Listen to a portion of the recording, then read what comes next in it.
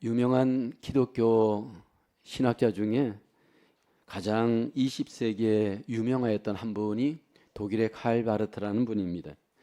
여러분들이 그 이름은 기억하지 않아도 관계가 없는데 그가 한 말 중에서 유명한 말이 있습니다. 한 손에는 성경을, 한 손에는 신문을 이라는 말입니다. 세상을 살아가는 하나님의 백성들에게 한 손에는 성경이 필요하고요, 한 손에는 신문이 분명히 필요합니다. 저도 개인적으로 매일 신문을 선택해서 항상 읽고 또 인터넷 신문도 열심히 보고 있습니다. 성경을 먼저 읽어 하나님의 뜻을 잘 깨닫고 그리고 난 뒤에는 그 신문 속에 발견된 이 세상을 바라보면서 그 하나님의 뜻을 세상 속에 적용하며 우리는 살아야 합니다. 아마 하나님의 백성들에게 가장 중요한 삶의 과제가 있다면 이 세상에서 하나님의 백성으로서 믿음으로 승리하는 삶을 사는 일입니다. 우리가 살고 있는 이 세상은 어떤 곳이냐면 하나님께서 믿음으로 이 세상 가운데 승리하면서 하나님께 영광을 돌리며 승리하기를 원하는 곳이 바로 이 세상입니다. 그리스도인들은 세상에 살지만 세상에 속해서는 안 되고 세상에 살면서 세상 가운데 승리해야 합니다. 마치 배가 바다에 있지만 바다에 속하지 않고 바다를 거슬러 존재하는 것처럼 그리스도인들은 세상에서 그렇게 바다의 배와 같이 하나님 우리가 삶으로 승리하기를 원합니다. 기독교 2000년 역사에서 그리스도인들이 세상을 사는 방식에는 세 가지 중요한 방식이 있었습니다. 첫째 방식은 분리주의 입장입니다. 하나님의 백성으로서 세상과 분리하여 삶을 살아야 한다 생각한 겁니다. 수도원 운동이 그랬고요, 공동체 운동이 그랬습니다. 지금도 그리스도인들 중에 공동체 운동을 하는 분들은 따로 분리하여서 산속에서 공동체로 삶을 사는 경우가 있죠. 그래서 세상의 문화를 거부하고 세상의 어떤 삶의 방식을 거부하며 삶을 사는 방식입니다. 물론 그 나름대로 이로운 점이 있지만 이 세상을 변화시켜 가기에는 이 분리주의 입장은 좀 여러분 한계가 있죠. 두 번째는 세상에 살지만 세상에 속하지 않고 세상을 변화시키자라는 입장입니다.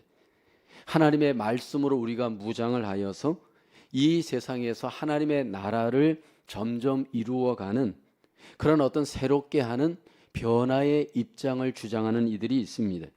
정치, 경제, 사회, 문화 모든 분야에 하나님의 백성들이 진출하여서 이 세상의 타락한 문화를 하나님의 뜻대로 변화시켜 이 세상 가운데 하나님의 나라로 변화시켜가는 이 변화의 입장은 복음주의 입장이고 개혁주의 입장이기도 하고 또 우리 교회의 입장이기도 합니다.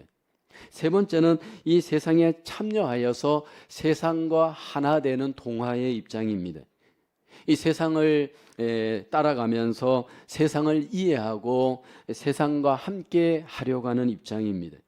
이 입장은 결국은 세상 가운데 하나님의 어떤 뜻보다는 이 세상의 어떤 모든 문화나 세상의 모든 가치관을 그대로 수용하다 보니까 너무 리버럴한 자유주의 입장이 되기도 합니다. 오늘 이 세 가지 입장 중에서 우리는 어떤 입장으로 하나님 앞에 삶을 살아야 할까? 오늘 본문의 베드로 사도는 그리스도인들이 이 세상에서 구별된 삶의 방식으로 이 세상 속에 변화를 이루어 가야 함을 말씀을 합니다. 세상에 살지만 세상에 속하지 않으면서 세상을 변화시켜가는 승리하는 하나님의 백성의 삶을 과연 우리는 어떻게 살 수 있을까요? 오늘 이 본문은 그 당시에 고난받는 교회를 향하여 하나님께서 세상 속에 있는 교회가 어떻게 승리해야 할지 오늘 본문을 통해 말씀을 합니다. 로마 정부의 많은 핍박을 받으면서 교회가 고난을 당하고 있었습니다. 그 억울한 정황에서 하나님께서는 그 고난받는 교회를 향하여 그럼에도 불구하고 원망하거나 분노하거나 싸우지 말고 변화를 위한 구별된 삶의 방식으로 세상을 이기기를 본문에서 말씀하죠. 첫째로 하나님의 백성 세상에서 나그네인 것을 알아야 합니다. 오늘 본문 11절에 사랑하는 자들아 거류민과 나그네 같은 너희를 고난오니 영혼을 거슬러 싸우는 육체의 정욕을 제어하라. 먼저 하나님은 베드로 사도를 통해 하나님의 백성들을 향해서 거류민이고 나그네이다 말씀을 합니다. 우리는 세상에서 거류민과 나그네 같이 하나님 앞에 삶을 살아야 되는 존재입니다. 이것은 무엇을 전제하느냐면 우리의 고향 본향이 하늘의 시민권을 두고 있다. 이것을 먼저 전제합니다. 그리스도인들의 정체성을 이미 베드로전서 2장 전반부에서 하나님께 속한 거룩한 나라요 왕 같은 제사장이다 말씀하고 난 뒤 오늘 본문에서는 세상에서 하나님의 백성들의 정체성이 무엇인지 우리에게 말씀을 합니다. 우리는 세상의 거류민이고 나그네와 같은 존재이다. 그렇게 오늘 본문에서 말씀을 하고요. 이 세상의 우리의 삶은 마치 순례자의 여행과 같다라는 것을 강조합니다. 하나님의 백성들은 이 세상에서 이제 하늘나라의 시민으로서 나그네 의식을 갖고 이 세상에서 여행을 하고 있습니다. 여러분, 이 나그네 세상 인생의 길은 지나가는 과정이고 속히 지나간다라는 겁니다. 올해도 벌써 11월이고 인생을 살아가면서 경험하는 것은 시간이 너무너무 빨리 흘러간다라는 겁니다. 이 세상에서 우리의 삶은 대부분 100세 미만이죠. 남자의 평균 연령 한국인들은 87세, 여자는 84세로 통계가 나와 있습니다. 근데 여러분, 그렇게 오랜 세월을 사신 것 같지만 막상 본인에게 물어보면 너무너무 시간이 빠르다라는 것을 고백합니다. 언제 그렇게 시간이 흘러갔는지 모르겠다 고백을 합니다. 너무너무 시간이 빨리 흘러가고 인생이 너무 빨리 흘러갔다라는 것이 공통적인 고백입니다.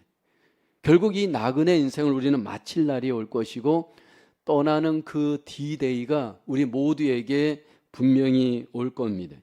근데 우리가 살면서 나그네 의식을 갖고 살고 있는가라는 겁니다.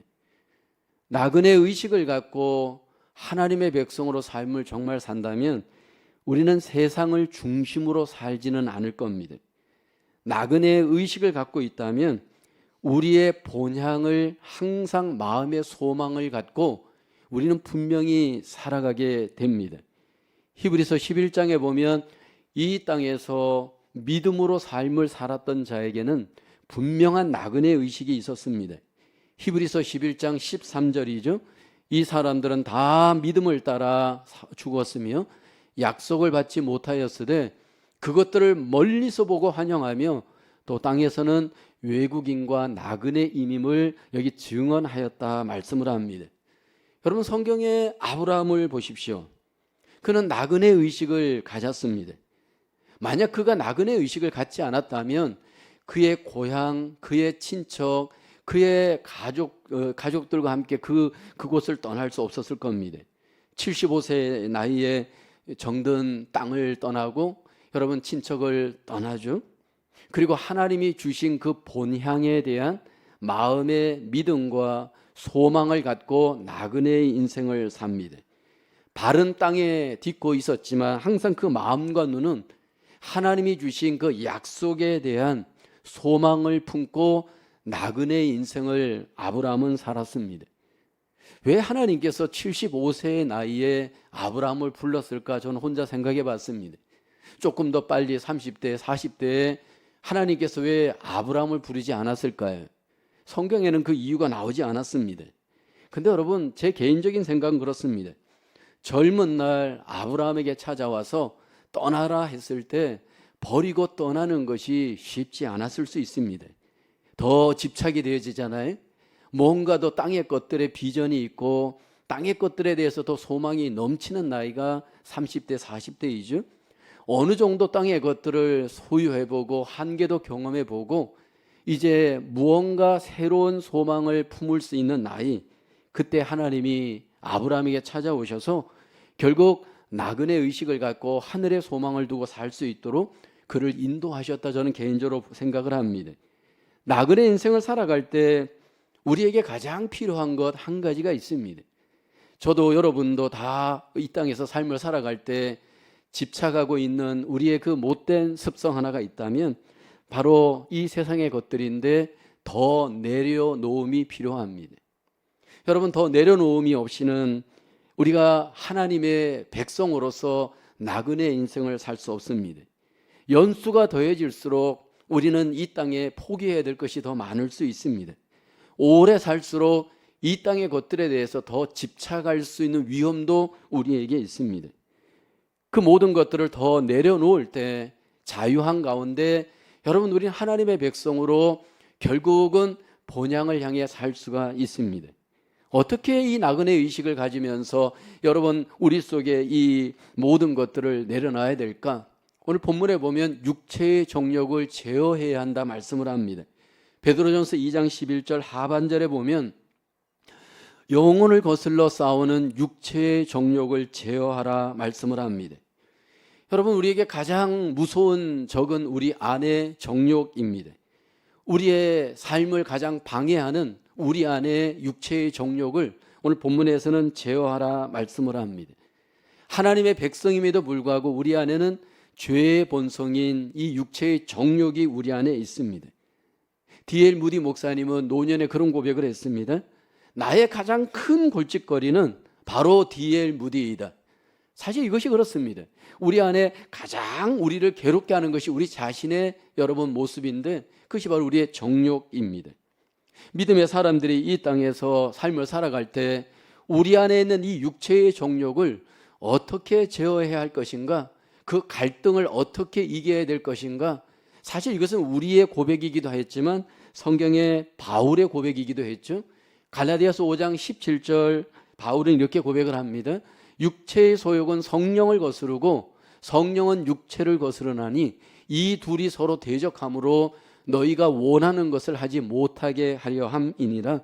우리 모두에게 육체의 소욕, 육체의 정욕이 하나님이 원하는 것, 성령님이 원하는 것, 이 세상에서 우리가 감당하지 못하도록 계속해서 우리를 대적합니다. 어제도 오늘도 내일도 계속 대적합니다. 구원은 받았지만 여전히 우리 안에 죄성들이 우리를 대적합니다. 어떤 죄성들이 여러분 안에 있나요? 우리 모두에게 있는 이 죄성들은 놀랍습니다.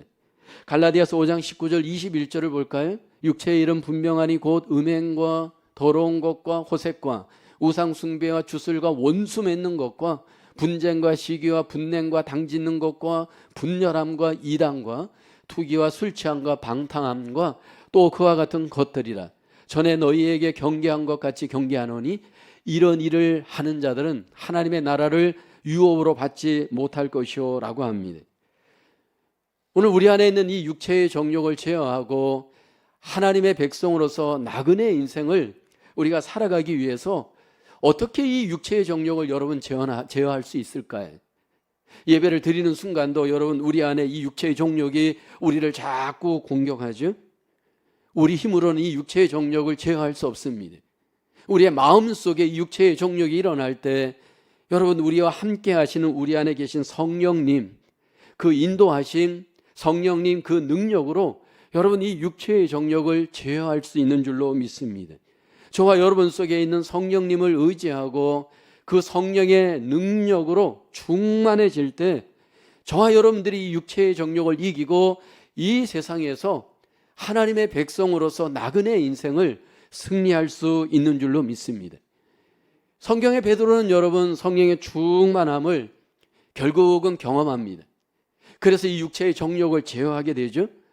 사도행전 2장에 보면 베드로에게 하나님께서 성령 충만함의 은혜를 주십니다. 그 충만함의 은혜가 어떻게 경험되었나요? 기도할 때 경험했습니다. 하나님 앞에 간절하게 기도할 때 하나님께서 베드로의 내면 속에 하나님의 성령으로 충만하게 하였습니다.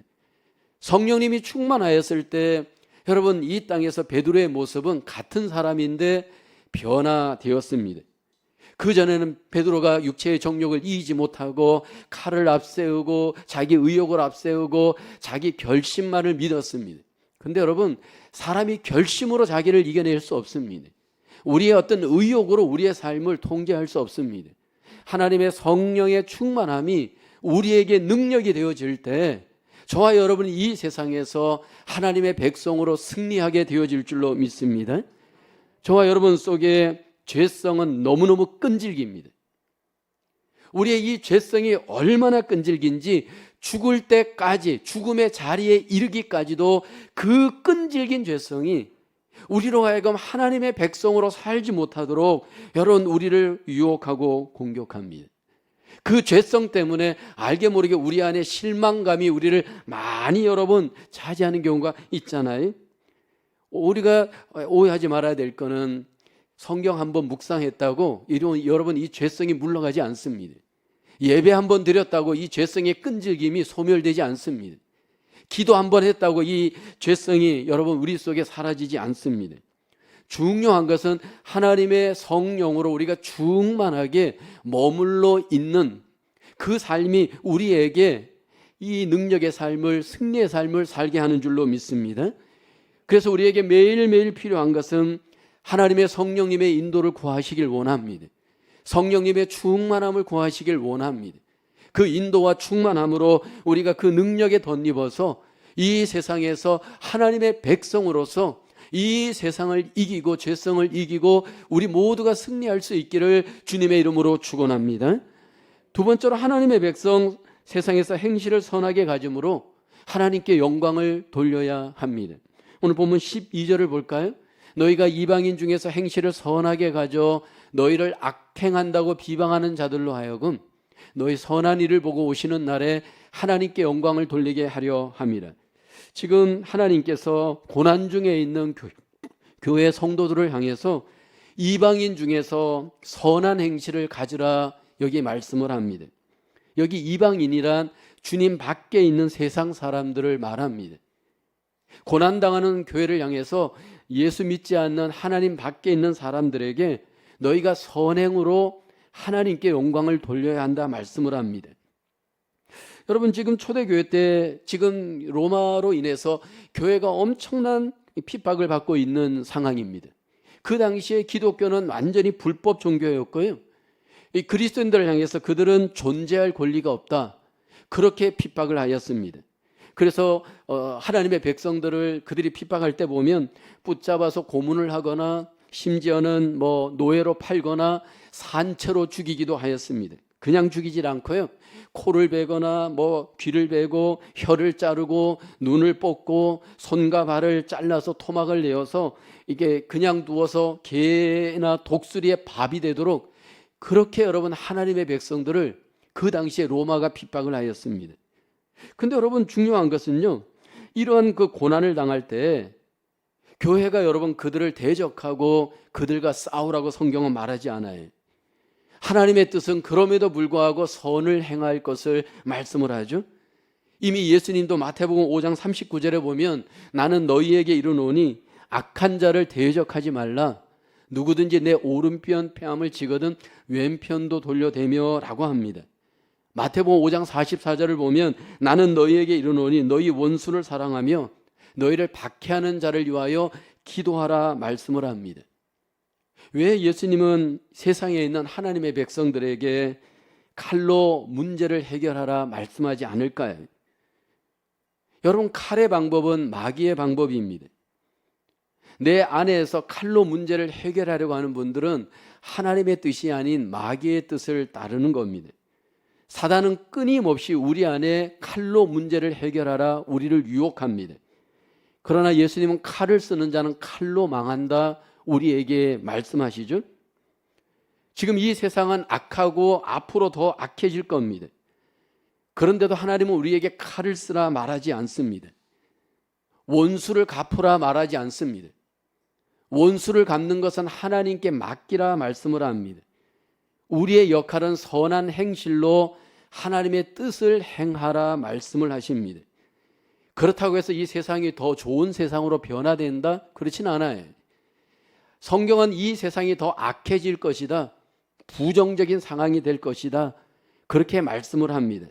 디모데후서 3장 1절로 4절을 볼까요? 너는 이것을 알라 말세에 고통하는 때가 이르러니 사람들이 자기를 사랑하며 돈을 사랑하며 자랑하며 교만하며 비방하며 부모를 거역하며 감사하지 아니하며 거룩하지 아니하며 무정하며 원통함을 풀지 아니하며 모함하며 절제하지 못하며 사나우며 선한 것을 좋아하지 아니하며 배신하며 조급하며 자만하며 쾌락을 사랑하기를 하나님 사랑하는 것보다 더하며 라고 하죠. 이 부정적인 모습으로 세상은 점점점 더 변해갈 겁니다. 왜요? 심판의 때가 가깝기 때문입니다. 왜요? 하나님의 백성들이 선으로 이 어두운 세상을 밝히는 사명이 있기 때문입니다. 그래서 여러분, 이 세상이 더럽다 또는 어둡다 악하다라는 것 때문에 여러분, 우리의 선이 멈추어져서는 안 됩니다.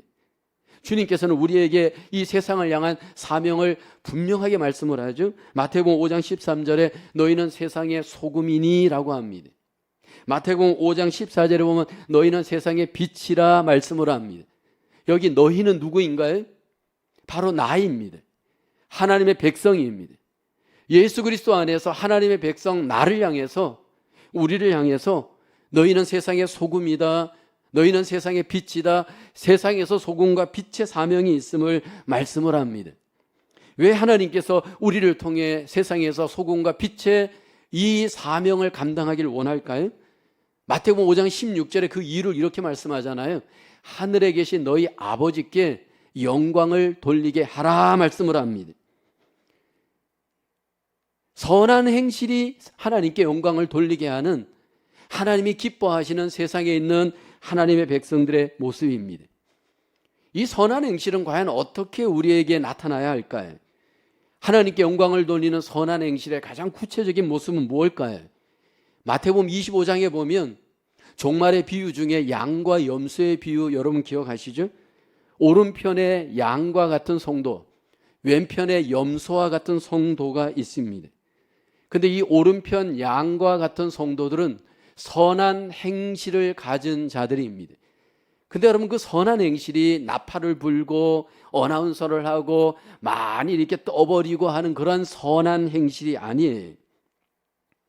지극히 작은 형제에게 그를 무시하지 않고 그가 줄일 때 음식을 주고 목마를 때 마시게 하고 헐벗었을 때 입게 하는 선행이, 많은 경우에 선행이 어떻게 나타나나요?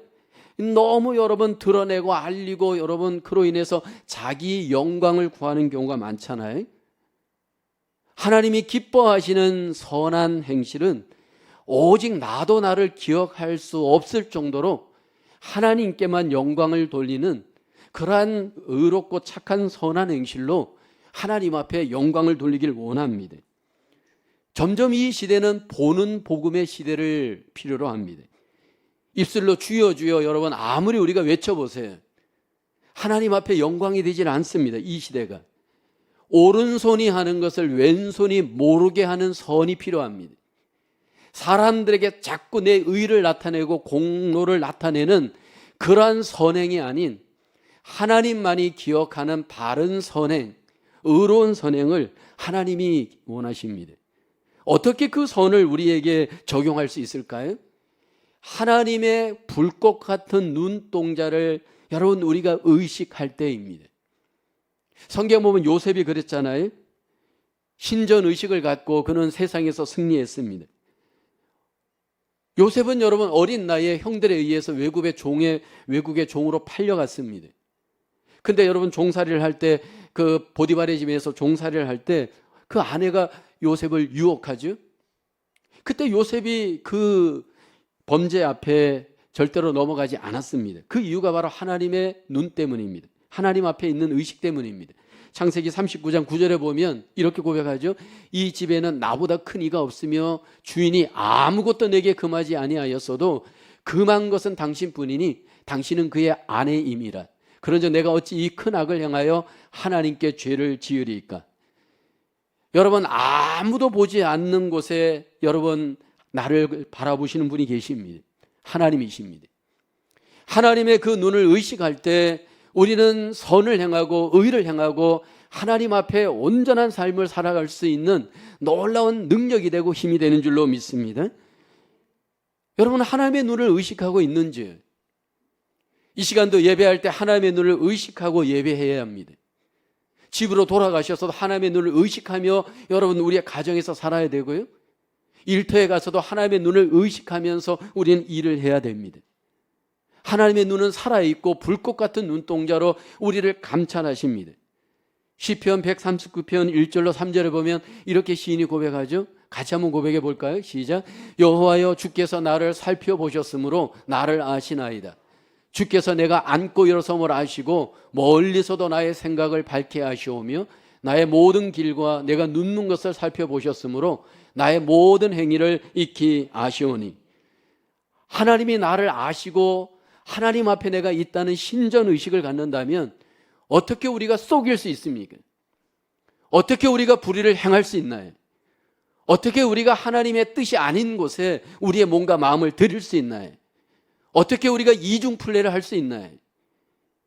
하나님 앞에 저와 여러분들이 항상 그 눈을 의식하면서 선을 행할 때 하나님이 그 영광을 받으십니다. 그리고 영광을 받는 데서 그치지 않잖아요. 요셉과 같은 경우에 하나님이 그 요셉에게 하나님의 상으로 갚아주잖아요. 하나님의 눈을 의식하며 하나님 앞에 바르게 살아갈 때 하나님께서 때를 따라 그 삶을 인정하시고 인도하시고 하나님의 놀라우신 은혜로 함께하여 주시는 줄로 믿습니다. 이 세상에 살면서 사람의 눈이 아닌 하나님의 눈을 먼저 의식하면서 하나님 앞에 승리하며 살아가시는 저와 여러분 되기를 주의 이름으로 축원합니다. 제가 최근에 읽은 책 중에 차이를 뛰어넘는 그리스도인이라는 책이 있습니다. 팀켈러 목사님부터 해서 여러 명의 어떤 사회 그 각 직업에 있는 사람들이 기록한 책입니다. 여기에는 신학자도 있고 목회자도 있고 모험가도 있고 기업가, 작가, 송라이터, 스토리텔러, 변호사 또는 의료인 여러 부류의 그 세상의 잡을 갖고 있는 사람들이 전부 그리스도인인데 다원주의 세상에서 하나님의 백성으로 어떻게 살 수 있는가 고민을 기록합니다. 근데 이분들은 전부 자기 분야에서 하나님의 백성으로서 승리하는 분들입니다. 하나님의 그 선을 위해서 어떻게 이 땅에서 선한 삶을 살아내 드릴 수 있는가? 제각기 어려움이 다 있습니다. 그 각자의 직업의 영역에 따른 어려움은 다 있습니다. 그럼에도 불구하고 그 어려움을 뛰어넘어 차이를 뛰어넘는 하나님의 백성의 선의 삶, 결국 이분들은 살아내 드립니다. 그걸 가능케 하는 그 비결, 철저히 예수님을 바라보는 겁니다. 하나님의 눈을 의식하면서 예수님을 바라보면서 모든 그 어려움을 주님과 함께 극복하며 이 세상에서 이겨내는 차이를 뛰어넘는 하나님의 백성들의 삶을 이분들에게 고백하는 내용입니다. 이 땅에 오신 예수님께서 이 땅의 가치와 기준을 따라 살지 않았잖아요. 이 땅에서 사람들이 정죄하고 차별했던 사람들을 예수님께서 가까이 하시고 결국 그들을 사랑하셨고 그들로 하여금 세상을 이길 수 있도록 도와주셨죠. 수요일 날 함께 나누었던 우리 사마리아 여인을 보세요. 남편을 6명이나 두었습니다. 세상적 기준으로 본다면 가까이 할 수 없는 더러운 죄인입니다. 근데 예수님이 가까이 하셨고 그뿐만 아니라 그를 변화시켰고 그로 인해서 세상이 변화되어지는 놀라운 역사를 우리에게 보여주었잖아요. 오늘 저와 여러분 속에 주님이 만나주신 것, 우리로 하여금 선을 통하여 세상을 변화시키는 거룩한 뜻이 우리에게 있습니다. 먼저 내가 머물고 있는 그곳에서 나로 인해서 이 세상 속에 선이 나타나고 있는가 점검하길 원합니다. 우리의 가정 속에 나로 인해서 여러분 선한 증거가 가정 속에 먼저 나타날 수 있기를 주의 이름으로 축원합니다. 또 여러분의 직장과 일터를 점검해 보기를 원합니다. 지금 내가 머물고 있는 직장과 일터가 나를 통해서 예수 그리스도의 선한 증거가 나타나고 있습니까? 하나님께서 영광을 받으시고 그 선한 증거 속에 하나님의 역사로 하나님이 함께해 주시는 줄로 믿습니다. 저는 우리 교회도 마찬가지입니다.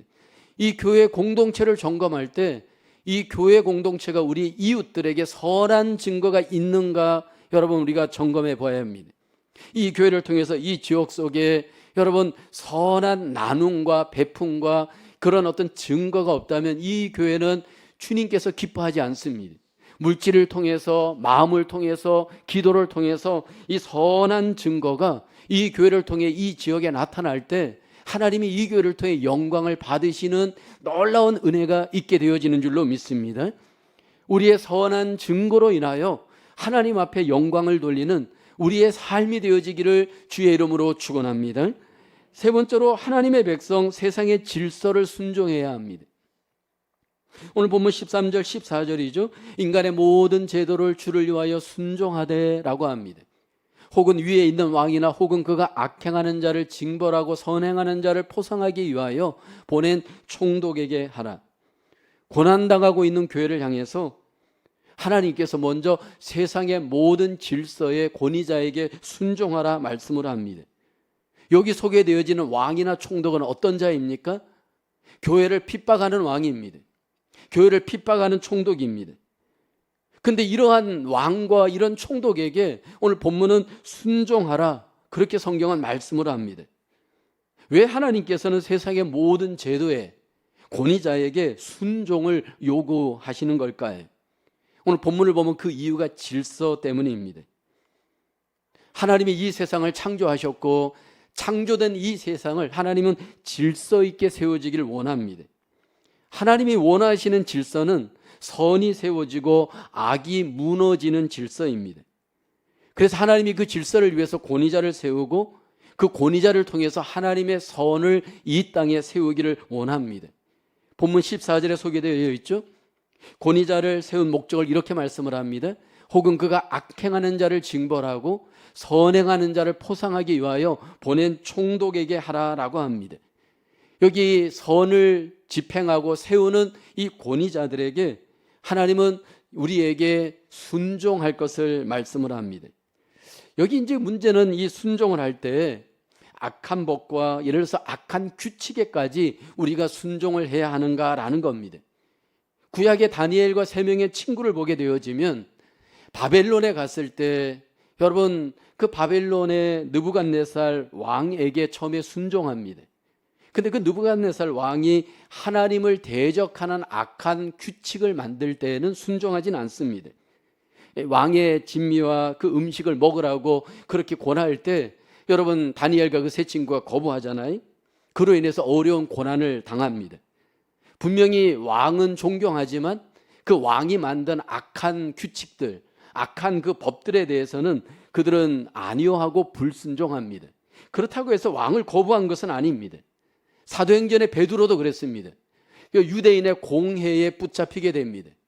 그때 유대인의 공회에 붙잡혔을 때 공회를 거부하지는 않습니다.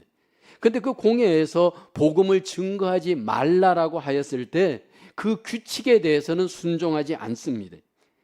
오늘 이 본문 속에서 고난받는 성도들을 향해서 비록 너희가 고난을 받지만 로마 정부를 향해서 대항하라, 그렇게 말하지 않습니다.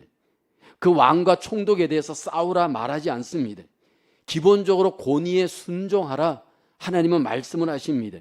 적대감을 갖고 너희가 부정적으로 거역하고 싸우면서 대항하지 말라라고 말씀을 하십니다.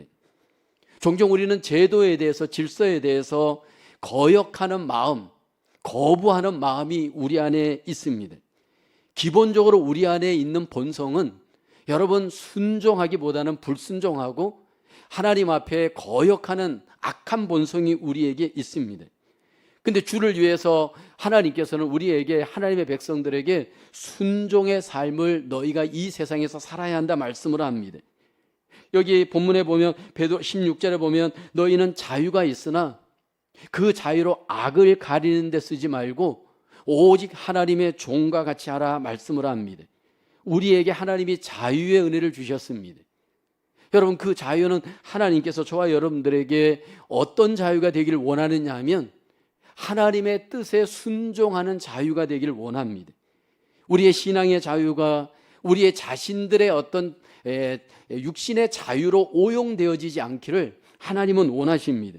그러면서 우리에게 강조하는 것은 자유와 함께 종이라고 하는 단어입니다.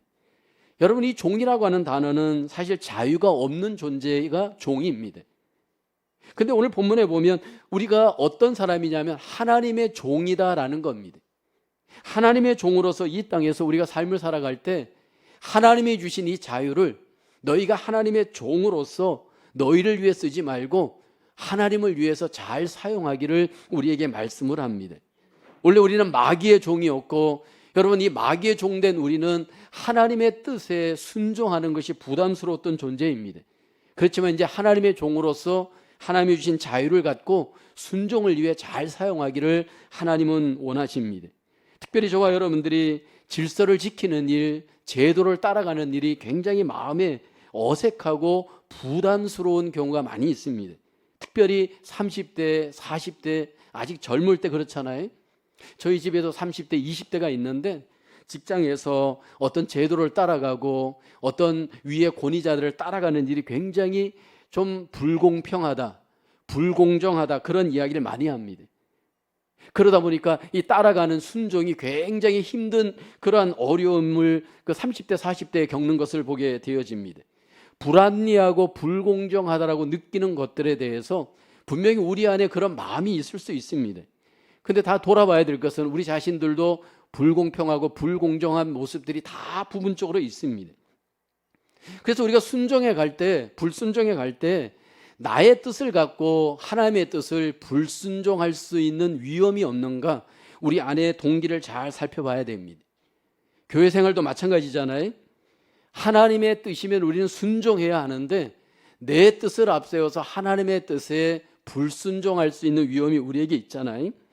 그러면서 우리의 자유함이 남용되어질 수 있는 위험이 우리에게 있을 수 있잖아요.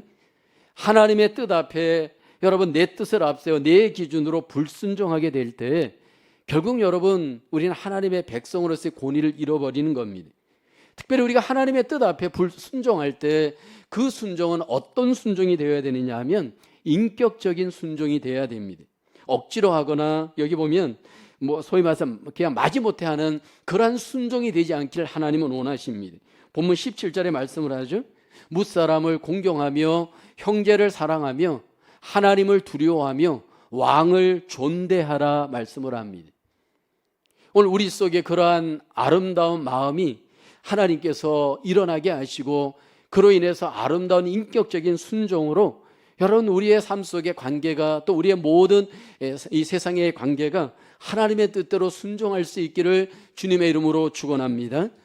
우리는 이 세상에 하나님의 백성으로 삶을 살아갑니다. 하나님의 백성은 하나님의 백성다움에 구별된 표지가 우리에게 나타나야 합니다. 먼저 내가 하나님의 백성으로서 이 땅을 살아갈 때 나그네 의식을 갖고 본향의 소망을 갖고 살아가는 이 세상의 삶이 되기를 원합니다. 매일같이 삶을 살면서 내 안에 일어나는 정욕을 성령의 능력으로 이기고 항상 나그네 의식을 갖고 믿음으로 본향을 의식하며 살아가는 저와 여러분 되어야 할 줄로 믿습니다. 그리고 하나님이 우리에게 주신 그 자리, 가정이든 일터이든 교회이든 선을 행하면서 하나님께 영광을 돌리는 우리의 삶이 되어야 할 줄로 믿습니다. 나의 모든 삶의 선을 통하여 하나님께 영광을 돌릴 때 하나님께서 우리의 삶을 은혜 중에 인도하여 주실 줄로 믿습니다. 그리고 또 중요한 것은 우리가 세상의 질서와 세상의 모든 권위 앞에 하나님의 뜻 안에서 순종하기를 원합니다. 하나님은 우리가 구별된 하나님의 백성으로 이 땅에 선한 영향력을 미치며 하나님께 영광을 돌리며 하나님의 뜻을 이루기를 기뻐하십니다. 우리 모두의 삶이 하나님의 백성으로 세상에서 승리하시기를 주님의 이름으로 축원합니다. 기도하겠습니다. 은혜가 풍성하신 하나님, 우리를 세상에 보내시고 이 세상에 살지만 세상에 속하지 않고 하나님의 백성으로 날마다 하나님께 영광을 돌리며 하나님 거룩한 신분의식을 갖고 성령의 능력으로 본향을 향하여 살 수 있도록 도와주심을 감사합니다. 하나님, 우리의 가정에서 더욱 선을 행하는 삶이 되게 하시고 일터와 교회에서 하나님의 놀라우신 선을 나타내는 하나님의 귀한 백성들로 승리하게 도와주시옵소서. 모든 질서와 권위 앞에 함께 순종하며 하나님의 뜻을 이루는 하나님의 백성 되게 하여 주시옵소서. 또 한 주간의 삶을 살아갈 때 하나님 은혜로 성령의 능력으로 우리의 마음을 붙잡아 주시고 믿음을 다스려 주시고 이 세상을 이기고 죄악을 이기고 마귀를 이기고 육신을 이기며 복되게 승리하는 복된 한 주간 되게 하여 주시옵소서. 감사하고 예수님의 이름으로 기도하옵나이다. 아멘.